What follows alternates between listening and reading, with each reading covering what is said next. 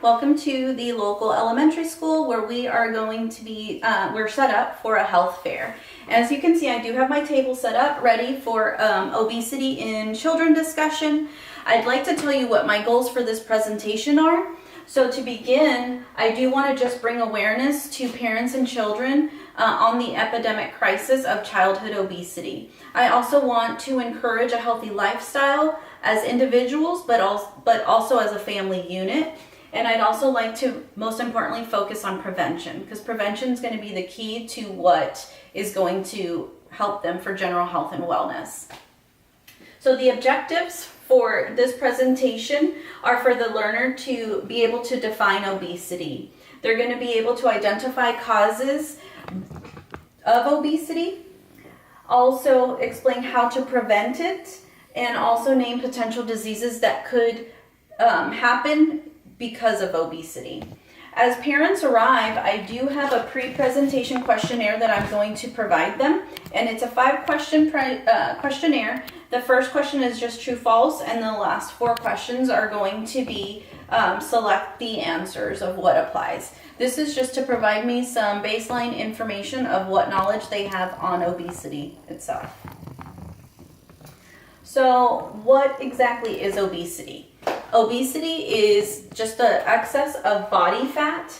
And how do we measure that? Well, most times people just think of this table, the body mass index, your BMI. And what happens is that your height and weight are calculated, you fall under a classification, and then you get a score. Well, for children, it doesn't quite work that way. Because children, depending on their age, their height, their weight, their growth and development, their body fat ratio is going to be different. So the CDC does recommend for children between the ages of 2 to 20 that we do calculate their BMI by BMI of age. And we're going to be using different tables for that. This one is specifically for girls, and this one we have is specifically for boys. And greater than the 95th percentile, so this top line here is what's considered obese. For boys, this top line here at 95% is again what's considered obese. So what causes obesity?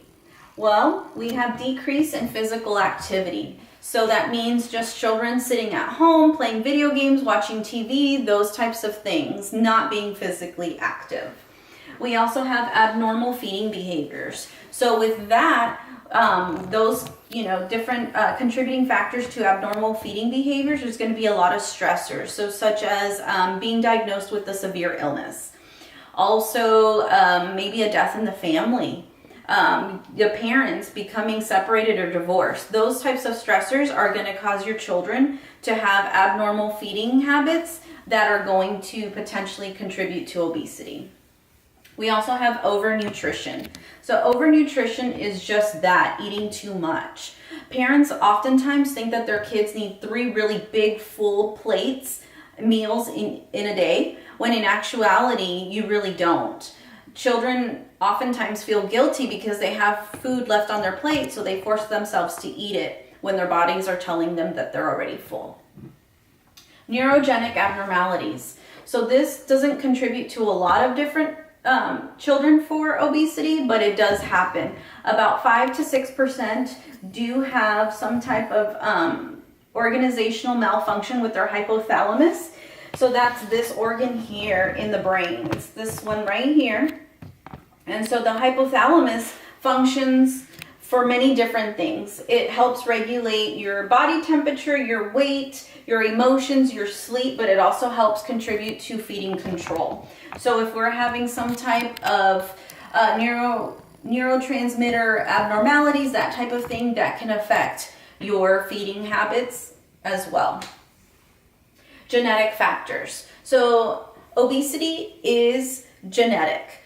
But we also have to take into consideration what those genetic factors, what occurred with those family members that are obese. Are they obese because they had some of these decreased physical activity, these other contributing factors to have caused them to be obese? So we have to determine those things before we say that it is a genetic factor. So how can we prevent obesity? Well, with obesity, we can increase physical activity. So the CDC and the Department of Health and Human Services does recommend that your child get at least 60 minutes of physical exercise a day, 5 days a week. So that's going to be going outside and playing and running and riding their bike and going swimming and doing those types of things. You can do that as a family unit to help encourage that as well. A balanced diet. So the Department of Agriculture has created what is My Plate. So with My Plate, what was taken was the traditional food pyramid. People were having a difficult time transferring the food pyramid onto their plate. So what we have is going to be a plate, and it's going to be divided into the food categories of what we need and how they should be portioned. So we have fruits, and what's recommended is going to be about 2 cups, vegetables about 2.5 cups, protein about 5.5 ounces, grains about 6 ounces, and dairy products about 3 cups. We also want to limit sweets, we want to limit sugary beverages, and we want to encourage water. Other things that we can do to help prevent obesity is going to be making your child an office visit with their pediatrician for a physical examination each year. So that's another person that can help us monitor your child's BMI for age on these plots here. The last thing that we can do to help prevent obesity is going to be sufficient sleep. So sleeping contributes to your child getting enough rest, so that way they can have that physical activity. It assists with like their mental state, and it's also going to contribute to their just in general wellness, and all of those things contribute to obesity. So lastly, what we have here are diseases that are related to obesity. So oftentimes these are diseases that do develop into adulthood, but sometimes do happen in children as well. So we have cardiovascular diseases. So that's when it's going to be your heart attacks, your strokes, hypertension. So that's going to be like your high blood pressures. We have digestive diseases, so a non-alcoholic fatty liver related to all the excessive weight.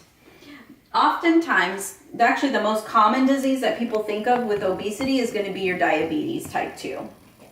Mental health, so that's going to be anxiety and depression. And oftentimes that leads into bullying and even suicide, unfortunately. Musculoskeletal, so that's going to be your joint pain, your aches to the muscles and bones, those types of things related to their child's weight. Pulmonary diseases, so obstructive sleep apnea, that also does affect or does happen because of the excessive weight. So now that we have reviewed all this information on obesity in children, I do have a post-presentation questionnaire that I'd like to give you guys. And this is just going to see what you've learned from the presentation itself. It is 4 questions. The first 2 are select your answer, and the last 3 are going to be fill in the blank, asking you for causes of obesity and ways to prevent obesity. While the parents are filling this out, I do have some coloring sheets for the kids, and this is just healthy food options mixed up with non-healthy food options, and we'd like for them to select the healthy stuff, but this is just going to help us get an idea of what their perception of healthy food items are. I'd like to thank you again for allowing me to discuss obesity in children here at the school. I'd like to conclude with just some facts. So 18.5% of all American children are considered obese. That's a total of 13.7 million children. That's a tremendous number.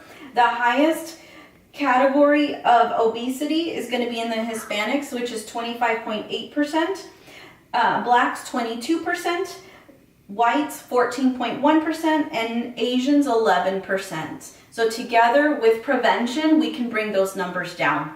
Thank you.